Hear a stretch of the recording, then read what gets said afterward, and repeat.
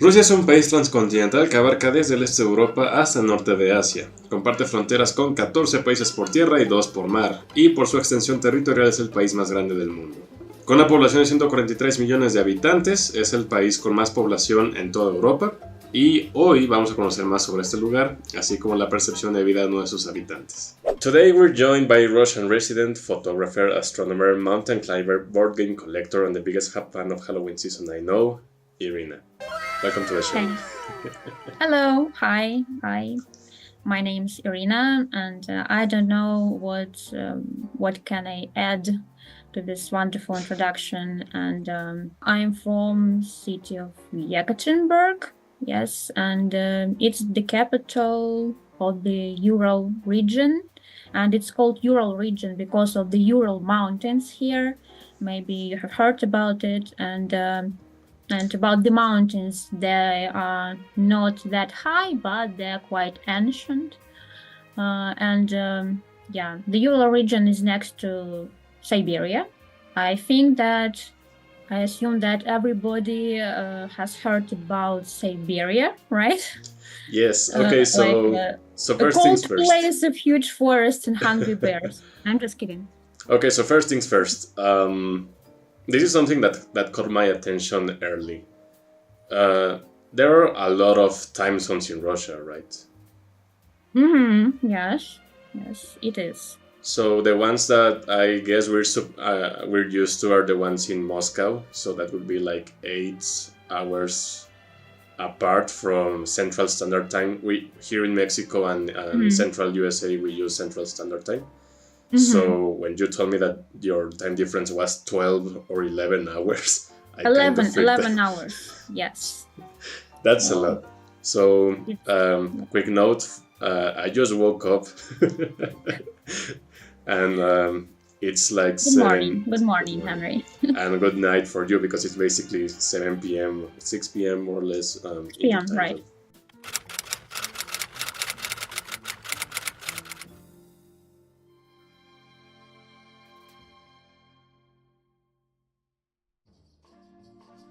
Irina, how would you describe Russia's history? Russia's history? Oh, that's a tricky question because I've got too many things on my mind. But basic history is, a long time ago, there was an ancient Russian state, then there was the Russian Empire, and then the October Revolution happened, and the socialists came to power, and there was the USSR, and in 1991 it fell apart, as you know, and a new country was created called the Russian Federation, right? And I was born in 1997, so I was born in Russian Federation. And I don't like talking about history much because, there are lots of different opinions on the same events. And I don't want to argue, I don't like to argue with anyone. For example, my parents and their generation, they like raising the Soviet era, right? And they feel deeply sad that the country no longer exists. But however, I wouldn't live in the USSR because I know it's about its negative and sometimes ugly aspects, yes, and it's just not for me. So I'm not a big expert. So it's basically it. I would like your opinion on this question. Okay, so what do you think it's an event that had so much impact in Russia's history that if it hadn't happened, the country would look so different?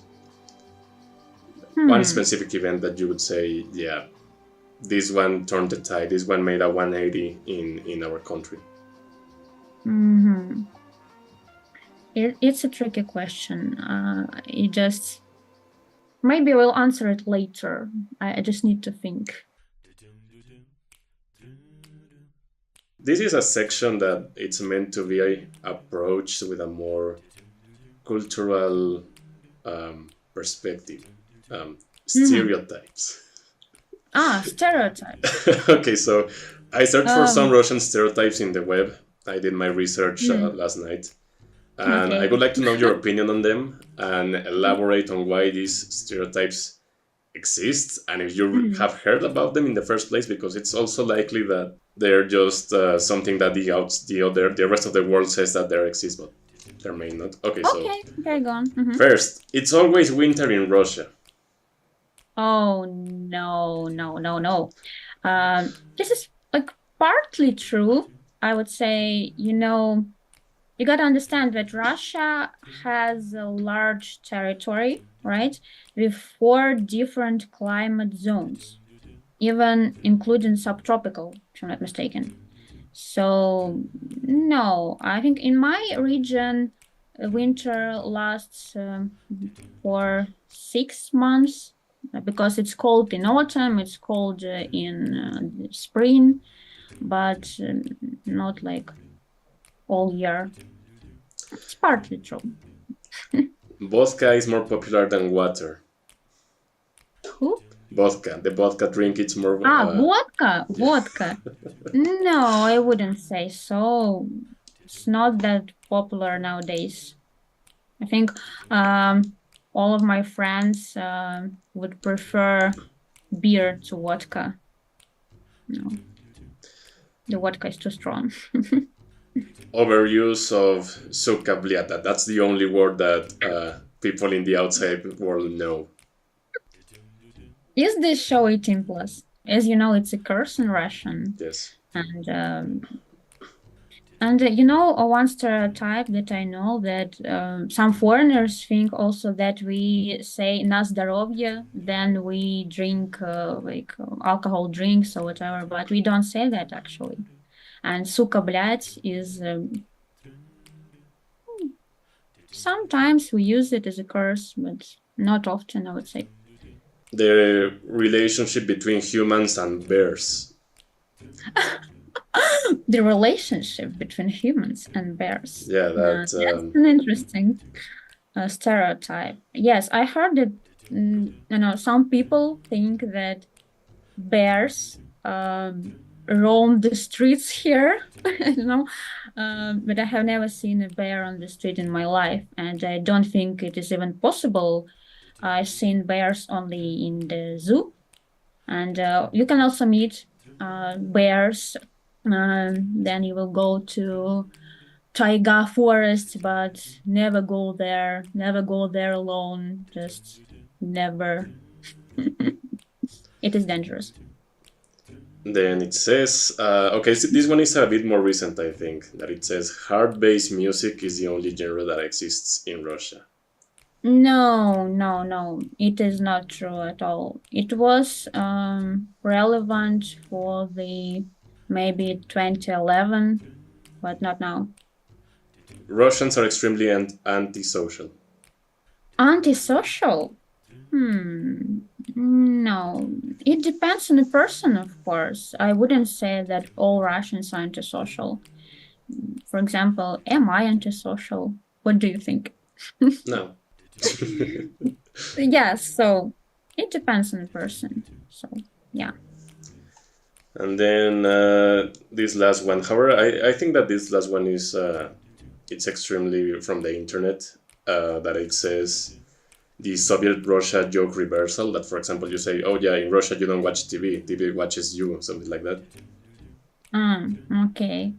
Like the Big Brother and all that stuff, right? It is partly true. Unfortunately, but it is our reality even now. And there is also a stereotype about Russians that we are all spies here or something like that. Yeah. And this stereotype comes from the Cold War times, right? And of course, it's not like true that we're all spies here. And as you know, in movies, they, foreign directors or whatever, they like to portray us Russians as spies, bandits, killers, prostitutes and hackers, all the stuff. But we are so much more than that, right? And we are tired and kind of bored of such stereotypical portrayals, such stereotypical images of us. And I wonder, tell me, did you have any stereotypes about Russians, and what do you think of them now that you know me?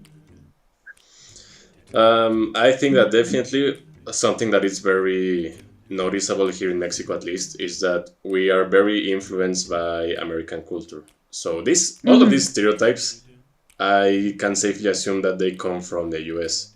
That last one, Mm-hmm. especially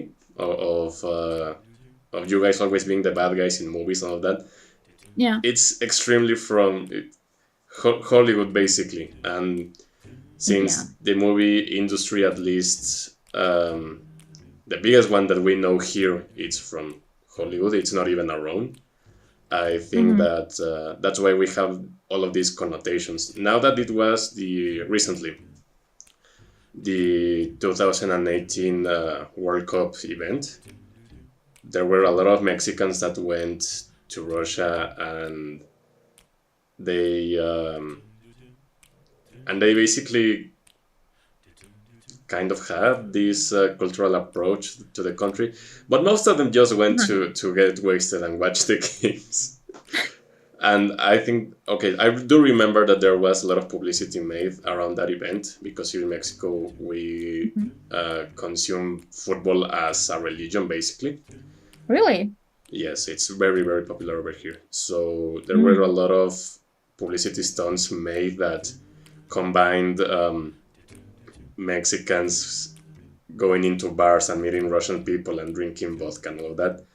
I do think that it's it's a huge country, a huge culture. There are tons of different cultures there.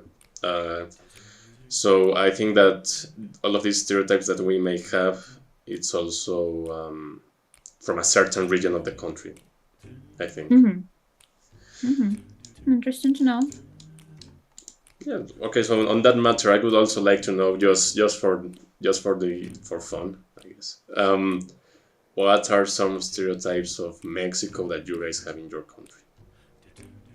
Oh, that you all like drinking tequila.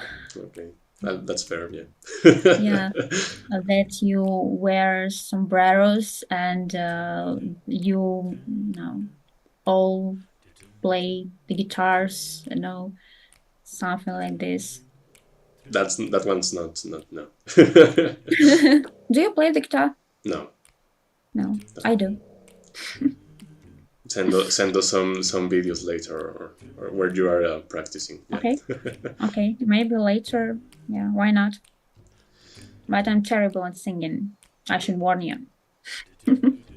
Yeah, we all have our ups and downs. Don't worry. So tell me a bit What? about your experience growing up in Russia. What were some of the Mm, most memorable things that you lived? I imagine this question, for example, in my perspective, that certain types of food or certain type of events are not found elsewhere in the world mm-hmm, that I would find here in mm. Mexico. Yeah, yeah. Something like that. Yes. Uh-huh, I know what you mean. Yeah. Uh, okay, let me think. First of all, I have to say that I was not raised in Yekaterinburg. I'm originally from a small town called Ermil. It's like a small nearby town here. And as a child, I always wanted to escape from that town, you know. I didn't like it, and I wanted to live in a big city with all its luxuries. And now sometimes I think the opposite. I feel tired of living in a big, busy city and I want to go somewhere quiet. But since childhood, I have always liked to celebrate our traditional holidays. you know. I can tell you about them if you want. Yeah. Oh yeah, go About our ahead. holidays. And as you know, as you remember, I'm a fan of holidays with pagan origin, say so, because they're way more fun in my opinion.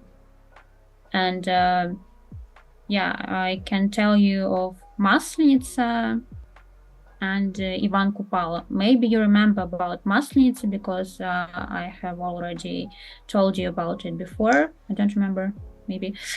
And yeah, then I was a child. I loved to celebrate Maslenitsa because it's one of the most popular and cheerful like holidays in Russia, and it originated from pagan times, as I mentioned before Russia was converted to Christianity.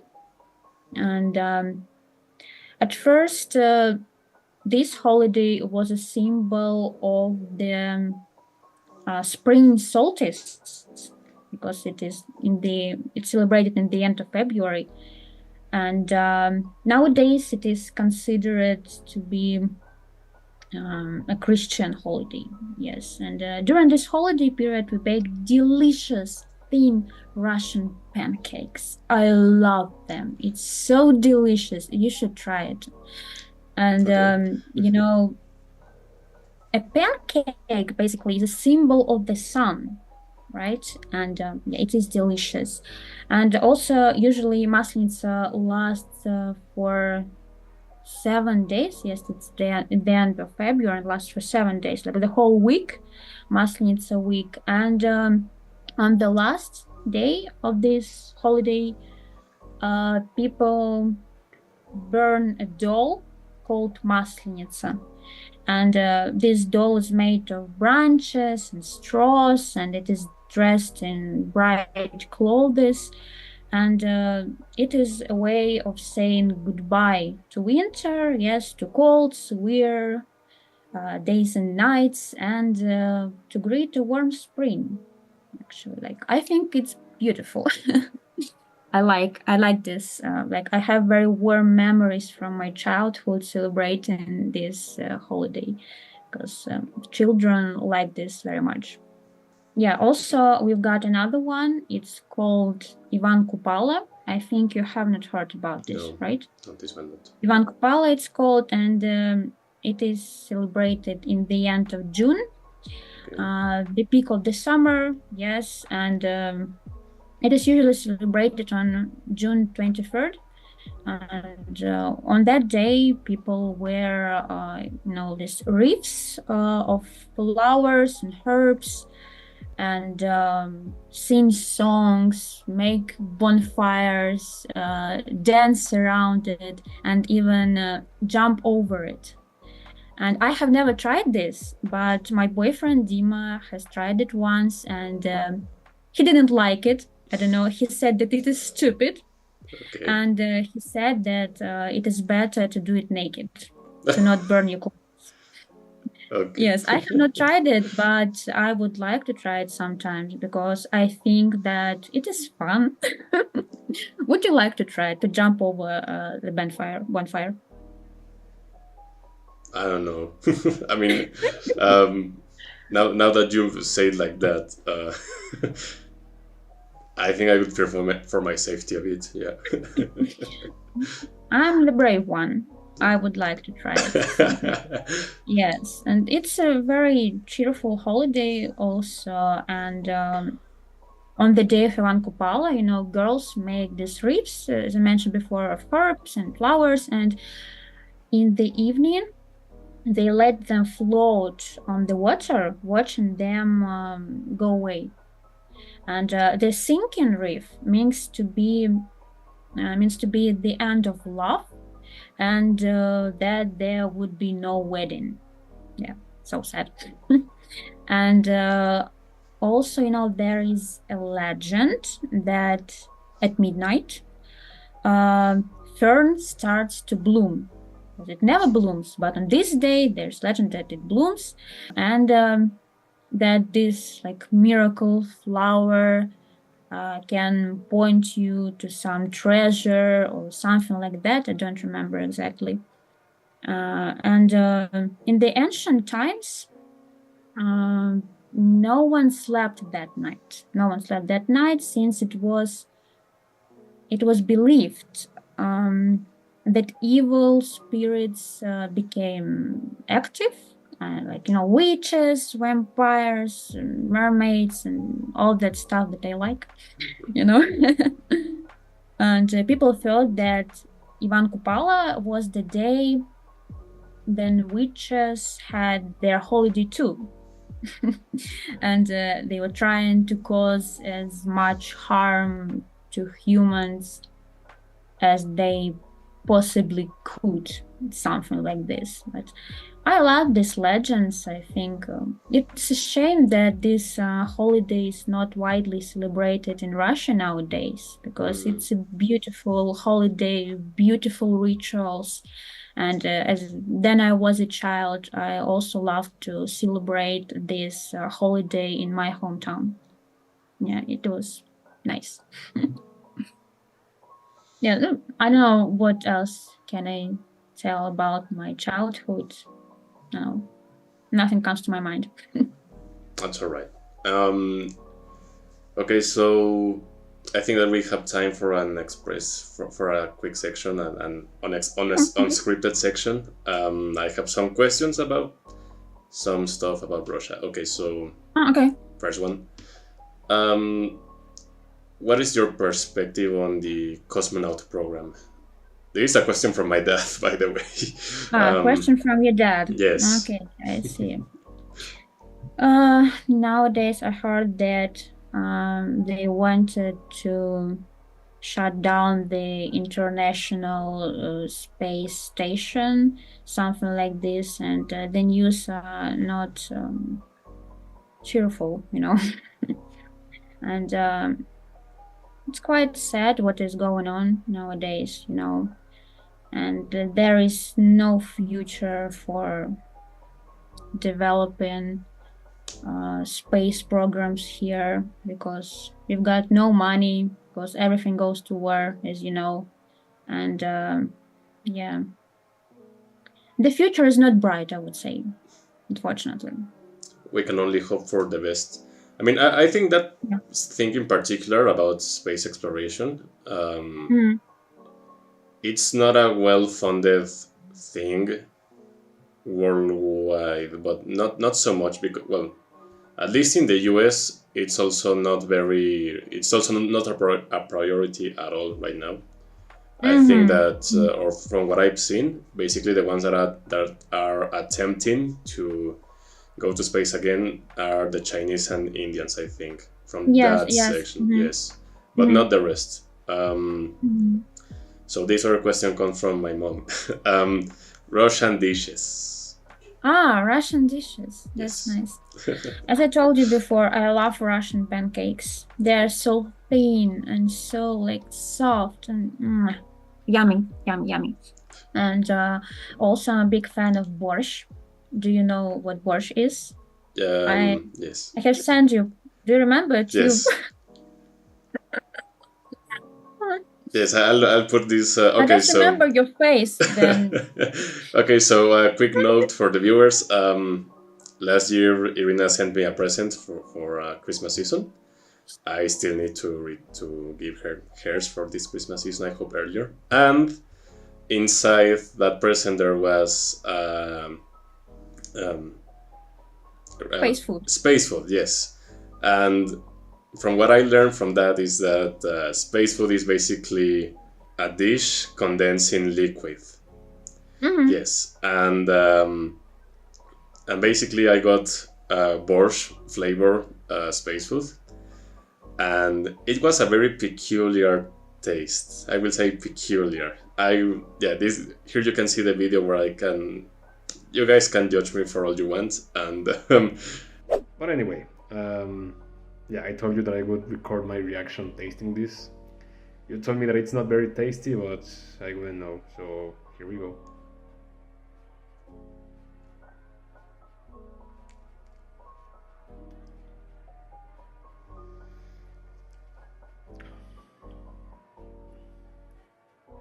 Yeah. I mean, in my defense, I will say that um, we are not used to these flavors here in Mexico. That's what I will say. Uh-huh. Yeah. Yeah, I know. It's not an actual borscht, it's different. It's space food anyway. So, but here we cook like delicious borscht. I can cook it at home. Come visit. Oh yeah, absolutely. Yes, borscht, pancakes. I know pelmeni. It's actually Russian dumplings, like dumplings with meat. We call it pelmeni. What else? I know. That's basically it. Is there a sport that it's so practiced in Russia that it's the most popular over there? The most popular sport? I'm not a big fan of sports, but I would say that ice skating is very popular, and some of my friends watch it every time, the competitions and so on and so on. It is not okay to train girls like this. They're suffering. I don't know. I can't watch. I can't watch. It is beautiful ride, but they're suffering. But ice skating is very popular here, and I think maybe the first place is ice skate and the second is football, something like this. Right. And the third is hockey.